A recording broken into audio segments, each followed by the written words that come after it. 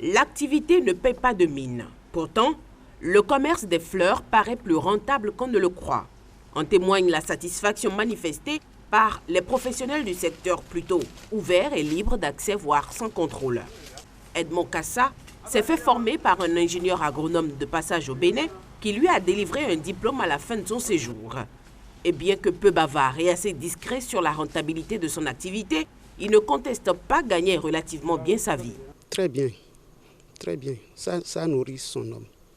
Ça nourrit bien son homme. Si vous prenez ça en compte, si vous ne faites pas de la paresse, si vous prenez ça comme un métier, c'est comme tout un métier. Il n'y a pas de sous-métier dans la vie. Ça nourrit son homme. Ça nourrit son homme. Le métier de fleuriste s'articule principalement autour de la vente de fleurs.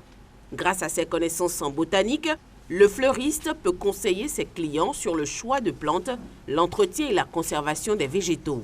Le métier de fleuriste, c'est de l'horticulture.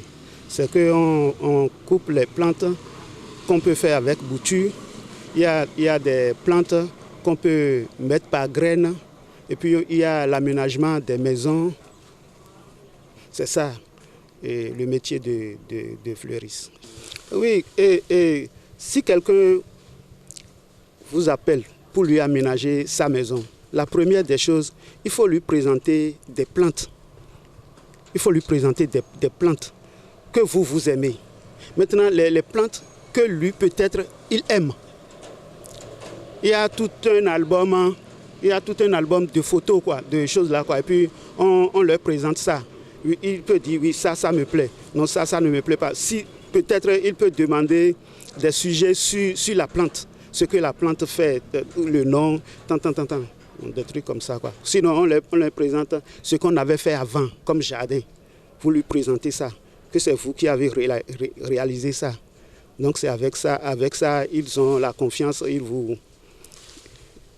laissent le travail, ils vous laissent de travailler. Faire appel à un fleuriste présente de nombreux avantages.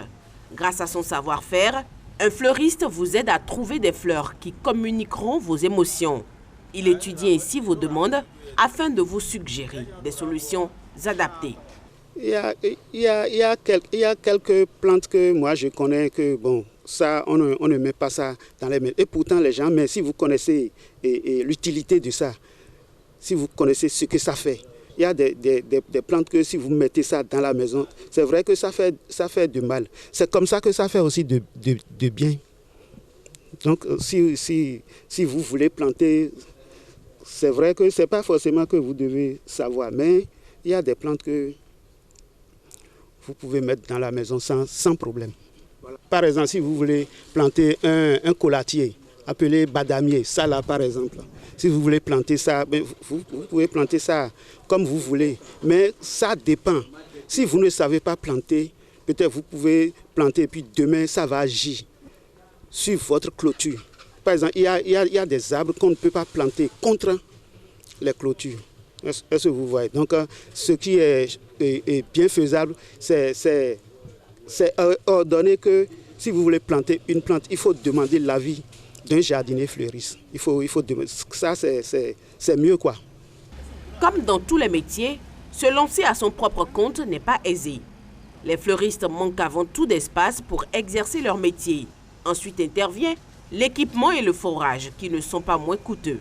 Pour démarrer, c'est très très difficile. Pour démarrer là, parce que premièrement, il te faut de la place. Il te faut une grande place, pas quelque chose d'un carré, 25 mètres carrés, non, c'est pas ça.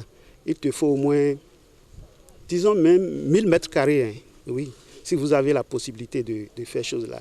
Et puis, il y a maintenant, il faut acheter du terreau, il faut prendre du sachet, il faut acheter les sachets, plus les outils, ouais, les outils de travail, comme sécateur, pioche, pelle, roue, cisaille, oui, des trucs comme ça. Et puis, le grand problème, c'est le forage. C'est le forage, puisqu'il y a des endroits que si vous allez faire le forage, on vous demande quelque chose de 200 jusqu'à 1 million pour le forage. Mais si c'est à Cotonou ici, bon, avec 50 000, vous avez déjà forage, sans machine, sans motopompe quoi. À l'évidence, si le commerce des fleurs contribue d'une certaine manière à l'embellissement de l'environnement, il n'en demeure pas moins que ce secteur visiblement porteur nécessite d'être soutenu aussi bien par les autorités que les populations. Nous aider là, c'est pas nous donner de l'argent. Non, c'est pas nous donner de l'argent. Au pas de nos autorités, c'est l'espace qui nous manque. C'est l'espace qui nous manque. Il y a des pays que les jardiniers fleurissent, l'État les reconnaît. L'État les reconnaît. Vous voyez, non? Bon, aux endroits de nos populations, pour nous aider, c'est venir acheter. Ça, là, ça nous encourage. S'ils construisent, il y a des gens, ils construisent leur maison, ils n'ont pas un plan de jardin.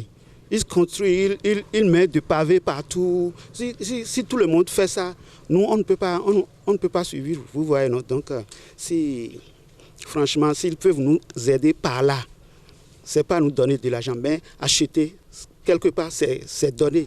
Le métier de fleuriste nourrit son homme, même s'il est libre d'accès, voire sans contrôle dans le pays.